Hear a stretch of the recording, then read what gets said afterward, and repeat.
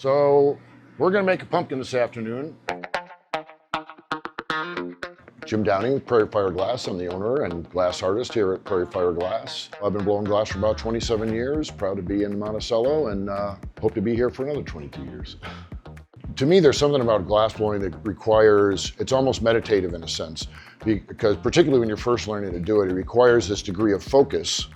You're dealing with 2,000 degree stuff moving around on the end of a pipe, fire, all kinds of things. It requires this degree of focus that requires the rest of the world go away. I call that the Calgon moment. We're gonna take a blowpipe, heat it up a little bit on the end, stainless steel tube. Inside the big insulated box is a ceramic crucible, and in the crucible is the liquid clear glass. And now I'm gonna use the little cherry wood block to cool it and smooth it into a nice symmetrical shape. With glass, it's all about the turning. For me, the turning with glass is a metaphor for the universe. Everything in the universe turns, turns, turns, and in glass, it's all about the turning. The glass and the glass color all have personalities and temperaments. They all react differently to different levels of heat. I have a personality and temperament, so we're gonna meet someplace in the middle. Okay, I'm in the driver's seat when it comes to color. The glass isn't telling me what colors to use.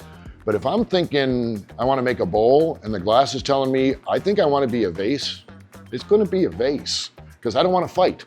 You know, this is a collaborative kind of thing, and like I said, the glass has a personality, and I kind of like to respect that personality. So now I'm gonna get a bubble started in there. Watch the little blob. Blow into the pipe really hard, thumb over the hole, viola. So let's get another layer of clear glass. So I dip it in, turn it around a couple times. So now I go right into the color while it's really hot. So what I use for color is called frit, essentially crushed glass. Here, this is my Illini blend, 3 or 4 different colors of orange, 2 or 3 different colors of blue, all kinds of stuff. I have a legal and moral obligation to make things in orange and blue and Central Illinois. I actually kind of think of myself more as a painter with glass, so I can use that frit in color blends and different configurations and just kind of play and manipulate the colors. There is an endless variety of kind of manifestations of what you can do, and for me, I've always kind of liked the idea of having it be unscripted. So it's not that I don't have an idea, but it's more a general direction. And what I found is, you know, sometimes you have that general direction and the end result ended up being a trip to Ugly Town. You know, sometimes it doesn't work out. But the other thing I've learned is sometimes you gotta go through Ugly Town to get to Coolville. That there's something I'm gonna learn from that piece. There's gonna be one little piece that I say, I don't like the piece, but I like that part. And then I can build on that for the next piece or the next piece or the next piece. I'm just trying to get all that frit to melt in. And then I'm gonna sit down, find a block that's about the right size. I think that one is. So once I kind of smooth the shape, now I'm gonna inflate it a little bit.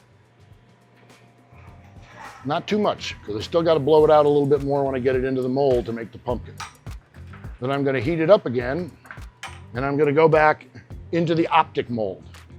And it comes out with ridges like a pumpkin. And now we're gonna inflate it, make it bigger. Here we go. So I got the beginnings of a pumpkin here. One of the toughest things is to say, who am I as an artist? I'm not just another version of this artist. I'm not taking just a step further. Who am I? And I think the only way to find that is to do it, do it, do it, do it, do it, do it, do it. That's how you're gonna find your voice. You're not gonna find your voice thinking about it. You're not gonna find your voice in a book looking at somebody else's work. You're gonna find your voice by doing the work, and that's it.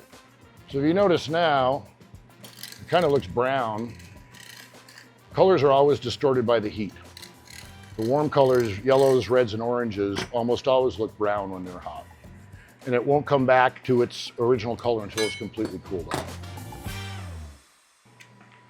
And then I'm gonna use the file to score that neck a little bit more. Glass has a random molecular structure. So if you give it a line to break along, normally it's pretty happy to break along that line. I got to cover it up because I don't want it to get too cold while it's sitting there. I think the whole glass blowing thing just fit into my kind of life philosophy of stumbling gracefully down the stairs.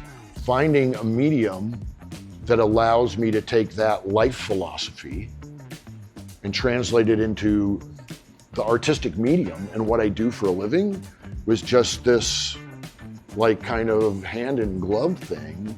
And that's how I know this is what I'm supposed to do. So now we got to get the glass for the stem.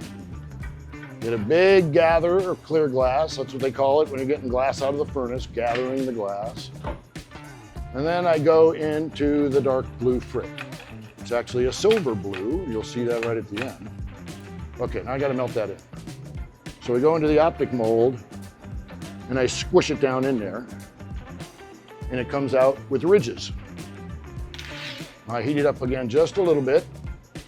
So we smush it on there. That's a technical term. Stretch it up, cut it off.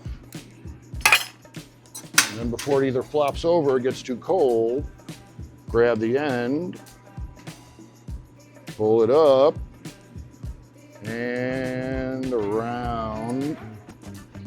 We're gonna do the alchemy part. That blue has silver oxides in it. In a low oxygen environment, the silver migrates to the surface. So it'll turn that blue stem into a silver blue. There it is. So now I got to put it in the kiln. The annealing allows that cooling to happen outside, middle, inside, all at the same rate. So after about 12 hours, sometime late tomorrow morning, I'll be able to take that pumpkin out and we'll be all ready to go. I just want to keep doing this as long as I can do it. You know, a lot of my friends are retiring, and to me, retirement was that thing there where I stopped doing the thing I was doing for money so I can do what I love to do. I get to come to work every day and do something that I love to do. So the whole idea of retirement is really a foreign thing to me. I am incredibly blessed that the things I like to make, people respond to. That's not the case with every artist. You know, I mean, the things that bring me joy bring other people joy. So it's, that's an incredible blessing. I'm very grateful for it.